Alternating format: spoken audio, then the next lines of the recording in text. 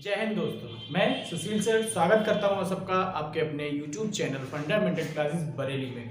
और दोस्तों आज हम बात करने वाले हैं टेंस की अगली सीरीज का, जिसको हम कहते हैं प्रेजेंट कॉन्टिन्यूअस टेंस। इससे पहले मैंने प्रेजेंट इंडेफिनिट टेंस को 3 वीडियो में कवर कर दिया था और आज हम उसके आगे की बात करेंगे। लेकिन आगे बढ़ने से पहले यदि हम हमारे चैनल पे नए हैं तो चैनल को सब्सक्राइब जरूर कर दें और वीडियो को लाइक जरूर करें, अपने दोस्तों में शेयर जरूर करें, क्योंकि मैं बहुत ही इंपॉर्टेंट नॉलेज आपको दे रहा हूं जिसकी सहायता से आप किसी भी सेंटेंस को चुटकियों में बना सकते हैं। तो आइए हम बात करते हैं प्रेजेंट कॉन्टिन्यूअस टेंस की। देखिए, जैसा कि मैंने लास्ट वीडियोस में आपको बताया था कि मैं केवल 3 चीजों पे वर्क करता हूं और ये 3 चीजें अगर आप लोगों ने याद कर ली तो किसी भी प्रकार की आपको कोई भी प्रॉब्लम नहीं होगी। तो वो 3 चीजें कौन कौन सी हैं? देखिए, सबसे पहली चीज को हम कहते हैं हेल्पिंग वर्ब, यानी जिसको हम बोलते हैं सहायक क्रिया। तो प्रेजेंट कॉन्टिन्यूअस टेंस में जो हेल्पिंग वर्ब लगती है वो लगती है एच, आर या फिर एम। इन तीनों में से सब्जेक्ट के अनुसार हमें एक हेल्पिंग वर्ब को पुट करना होता है। ठीक है, फिर हम बात करते हैं किसकी? वर्ब की। तो वर्ब हमारी लगती है वर्ब की फर्स्ट फॉर्म में आईएनजी, हम कह सकते हैं आईएनजी फॉर्म लगती है। फिर हम बात करते हैं इसकी पहचान की। तो पहचान की हम बात करेंगे पहचान के लिए कि इस काल के हिंदी वाक्यों के अंत में या फिर हम कहें कि क्रिया के अंत में रहा है, रही है, रहे हैं आदि शब्द आते हैं। ठीक है, कैसे? आप देखिए, कंटिन्यूअस वर्ड है यहाँ पर।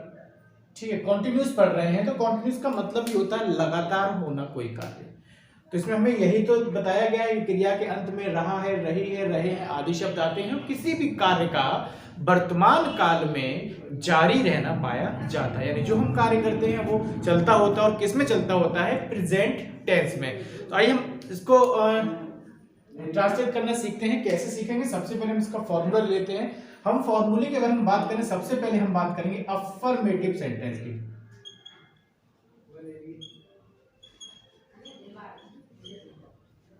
ठीक है, अफर्मेटिव सेंटेंस हम आपको बता चुके हैं जिसको हम कहते हैं सकारात्मक वाक्य। सकारात्मक वाक्य, सकारात्मक वाक्य वो होते हैं जिनमें घटनाओं का, कार्यों का या तथ्यों का होना पाया जाता है।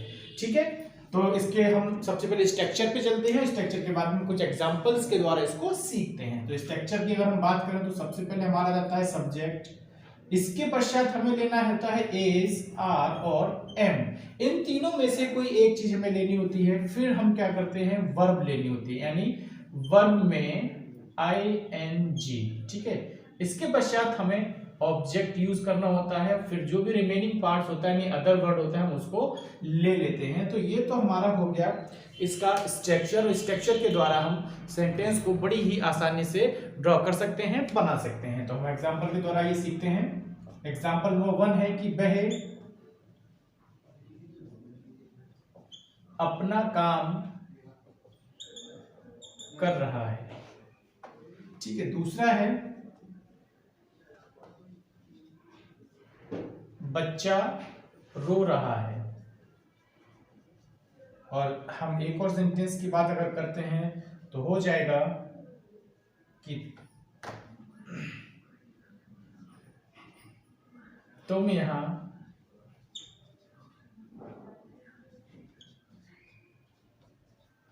खेल रहे हो। ठीक है, और इसके बाद में मैं एक सेंटेंस और लेता हूं यहां पर। तो उसको हम ले लेंगे कि मैं, यानी मैं तुम्हें अंग्रेजी पढ़ा रहा हूं। देखिए, इनको हम बहुत ही इजी वे में सीखेंगे, बिल्कुल आसानी से सीखेंगे। देखिए, मैं आपसे ये नहीं कहता कि मैं आपको अंग्रेजी 2 मिनट में सिखा दूंगा, 2 सेकंड में सिखा दूंगा, क्योंकि ये कोई कॉन्सेप्ट होता ही नहीं है भाई। हम स्टेप बाय स्टेप आगे चलेंगे तो ये चीजें अपने आप ही दिमाग में आती चली जाएंगी और हम अच्छी इंग्लिश सीख जाएंगे। चलिए आगे बढ़ते हैं और हम बात करते हैं। सबसे पहले वह अपना काम कर रहा है। वह यानी सब्जेक्ट हमको लेना है। सब्जेक्ट है हमारा वह। मैं आपको बता चुका हूं अगर कि सब्जेक्ट हमारा कैसे हम पहचानते हैं, वर्ब को हम कैसे पहचानते हैं और ऑब्जेक्ट को हम कैसे पहचानते हैं। यदि आपने वो वीडियो नहीं देखी तो आप पहले उन्हें देखिए। ठीक है, तो हम सबसे पहले यूज करते हैं वह, यानी वह के लिए हम यूज करते हैं ही, और ही के साथ हम इज का प्रयोग करते हैं। और मैं एक सेपरेट वीडियो भी लूंगा जिसमें हम बताएंगे कि इज आर एम का यूज हम कैसे करते हैं, यानी use of is are am. तो ही इज। थर्ड नंबर पे हमें लेना है वर्ब। वर्ब क्या है, मैं पिछली वीडियोस में, पिछले लेक्चर्स में आपको ये बता चुका हूं कि वर्ब हमारी वो होती है जो पहचान के साथ लगी होती है, और पहचान हमारी क्या है, इसमें रहा है, और रहा है से पहले क्या है, कर, और कर का मतलब होता है करना। तो करने के लिए हम लगाते हैं डू, तो ही इज डू, उसमें आईएनजी का यूज करेंगे, आईएनजी फॉर्म हो जाएगी, तो ही इज डूइंग, अपना कार्य यानी अपना काम, तो ही के साथ हम अपने यूज करते हैं हिज, और कार्य की यूज करते हैं वर्ब। तो आशा करते हैं आपको ये अच्छे से समझ में आया होगा। नेक्स्ट सेंटेंस की अगर हम बात करेंगे, बच्चा रो रहा है, तो इसमें बच्चे के लिए यूज करेंगे द चाइल्ड इज। देखिए यहाँ पर एक बच्चे की बात हो रही है, इसलिए हम यूज करेंगे इज का, और एक से अधिक की अगर बात होती है तो हम वहां यूज करते हैं आर का।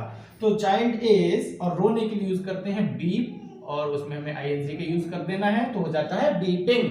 नेक्स्ट सेंटेंस की बात करें, तुम यहाँ खेल रहे हो, तुम के लिए यूज करते हैं यू, और यू के साथ आर, ठीक है ना, यू के साथ हम यूज करते हैं आर, यानी एक वचन के अलावा, मतलब बहुवचन जितने भी हमारे होते हैं सब्जेक्ट, तो उनके साथ हम यूज करते हैं आर का, ठीक है ना। तो यू आर, खेलने के लिए हम यूज करते हैं प्ले, और उसमें हम आईएनजी लगा देंगे तो प्लेइंग हो जाएगा, यू आर प्लेइंग, और यहाँ के लिए हेयर, ठीक है। आपको वर्ब्स बहुत अच्छे से याद करनी है, और वर्ब्स की एक सेपरेट वीडियो में आपको देने वाला हूं बहुत ही जल्दी, ठीक है। नेक्स्ट सेंटेंस की अगर हम बात करें कि मैं तुम्हें अंग्रेजी पढ़ा रहा हूं, तो मैं के लिए यूज करते हैं आई, और आई एक ऐसा सब्जेक्ट है जिसके साथ हम यूज करते हैं एम का, तो आई एम। अब यहां पर बात करते हैं पढ़ाना। पढ़ाना क्या है, वर्ब, पढ़ाने के लिए हम यूज क्या करते हैं, टीच, तो आई एम टीच, उसमें आईएनजी की यूज करें, तो आई एम टीचिंग, किससे पढ़ा रहे हैं, तुम्हें, और क्या पढ़ा रहे हैं, इंग्लिश। तो इस तरीके से हमने अभी बात की इसके अफर्मेटिव सेंटेंस की, और आशा करते हैं आपको अच्छे समझ में आएगा। अब हम बात करेंगे इसके निगेटिव सेंटेंस की, तो आइए निगेटिव सेंटेंस की तरफ चलते हैं। ध्यान से देखिए, स्क्रीनशॉट लेते चलिए, साथ ही साथ कॉपी पेन निकाल करके बैठा करिए, और अच्छे अच्छे नोट्स बनाइए। अब हम इसकी बात करते हैं निगेटिव सेंटेंस की।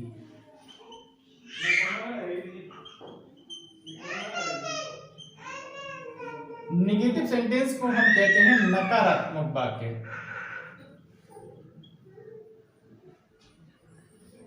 नकारात्मक वाक्य, देखिए अफर्मेटिव सेंटेंस में और निगेटिव सेंटेंस में थोड़ा सा अंतर होता है, और वो अंतर क्या होता है आप समझ लीजिए, वो अंतर होता है नहीं का, यानी जहां हम नहीं लगा देते हैं वो निगेटिव में पहुंच जाता है, और जहां नहीं होता है वो हमारा अफर्मेटिव में पहुंच जाता है। दूसरे शब्दों में कहें कि नेगेटिव सेंटेंस वे सेंटेंस होते हैं जिनमें कार्यों का, तथ्यों का या घटनाओं का नहीं होना पाया जाता है। स्ट्रक्चर के द्वारा हम सीखते हैं इसको, तो स्ट्रक्चर हम ड्रॉ करेंगे। सबसे पहले हमें लेना है यहाँ पर सब्जेक्ट, और जैसा कि मैंने बताया है कि इज, आर और एम का यूज करेंगे, उसके पश्चात नॉट। मैंने आपको लास्ट वीडियोस में ये बताया था कि नॉट का यूज हम हमेशा ही थर्ड पोजीशन पर, कौन सी पोजीशन पर होता है, थर्ड पोजीशन पर, ठीक है। तो इसके बाद हमें यूज करना है वर्ब, और उसमें भी हमें क्या जोड़ देना है, ING, then object, and then other word, and then full stop, ठीक है। ये हमारा स्ट्रक्चर हो गया।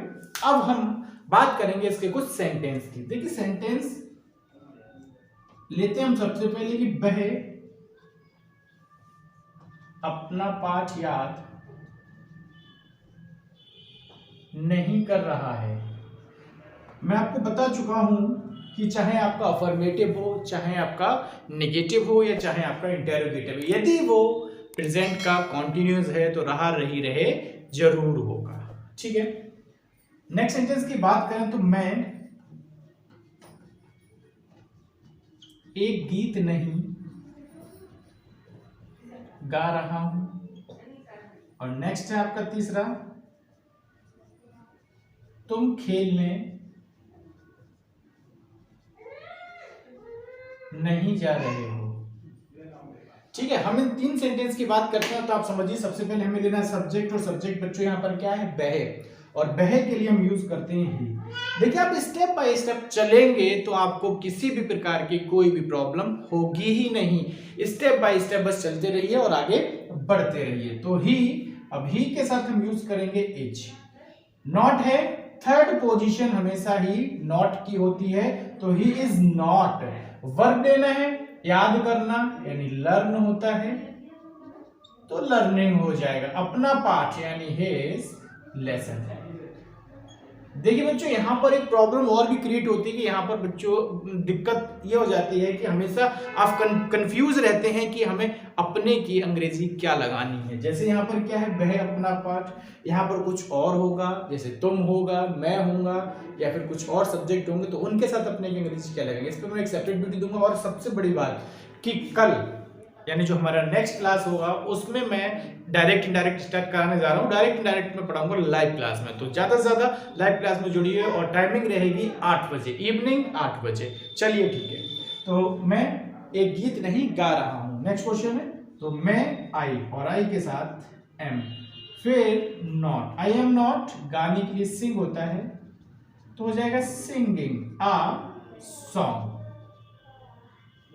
ठीक है, नेक्स्ट सेंटेंस की हम बात करें तो है तुम खेलने नहीं जा रहे हो, तुम के लिए यूज करते हैं यू, और यू के साथ आर नॉट। देखिए यहाँ पर वर्ब है हमारी दो, एक है खेलना और एक है जाना। मैंने लास्ट वीडियो में आपको बताया था, और एक बार दोबारा से मैं आपको रिवाइज कराना चाह रहा हूं कि जब भी ऐसी कंडीशन हो किसी भी सेंटेंस में दो वर्ब होती हैं तो हमें पहले वो वर्ब लेनी है जो किसके साथ जुड़ी होती है, पहचान के साथ। यानी मेन वर्ब में हमारी कौन सी होती है, जो पहचान के साथ जुड़ी होती है। पहचान क्या है, रहा है, रही है, उसके साथ क्या जुड़ा है, जा, और मैंने आपको बताया कि उसमें हमें ना लगाना होता है, यानी जाना, तो जाना क्या हो गया, वर्ब हो गया। तो यू आर नॉट, जाने की क्या होती है, गो, है ना। गोइंग टू, अब क्या हो जाएगा, प्ले। आशा करते हैं ये सेंटेंस आपकी समझ में आए होंगे और ये रूल भी अच्छे से आपकी समझ में आ गया होगा। दूसरी बात ये है कि आप वीडियो को कभी भी स्किप ना करें, ठीक है। वीडियो को शुरू से लेकर के अंत तक आप जरूर देखा करें, क्योंकि अगर आप स्किप कर देते हैं तो आपको कोई भी नॉलेज प्राप्त नहीं होती है। तो आपको वीडियो शुरू से लेकर के अंत तक अवश्य देखनी है अगर आपको कुछ आगे सीखना है, ठीक है। अब हम बात करते हैं, समझते रहिए, अब हम बात करेंगे किसकी, इंटेरोगेटिव सेंटेंस की।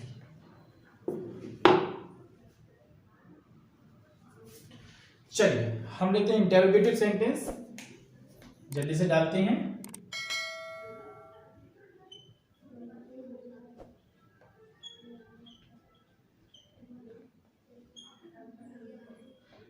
टाइप 1, देखिए इसको हम हिंदी में क्या कहते हैं, प्रश्न सूचक वाक्य, प्रश्न सूचक वाक्य या फिर प्रश्नवाचक वाक्य। टाइप 1 मैंने अच्छे से आपको बताया कि टाइप 1 और टाइप 2 में हमने इनको डिवाइड किया है। तो टाइप 1 में हमें क्या देना होता है, सबसे पहले हमें ध्यान देना है, यदि हमारा वाक्य क्या होता है, क्या से प्रारंभ हो, क्या से प्रारंभ हो, तो हमें क्या करना है, सबसे पहले हेल्पिंग वर्ब यानी HRM का यूज करना है।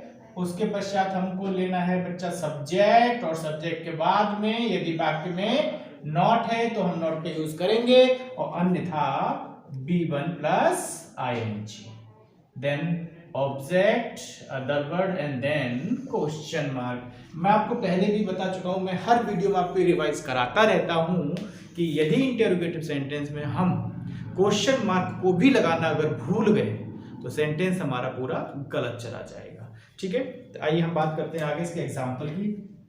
देखिए यहाँ पर एक चीज ध्यान देना है, क्या से क्या शुरू प्रारंभ हो रहा है तो हमें इसमें व्हाट का यूज बिल्कुल भी नहीं करना है, किसी भी कीमत पर नहीं करना है। एग्जांपल, क्या, तुम यहां खेल रहे हो। नेक्स्ट सेंटेंस की अगर हम बात करें तो क्या, राम सत्य बोल रहा है। एंड नेक्स्ट की अगर हम बात करें तो क्या,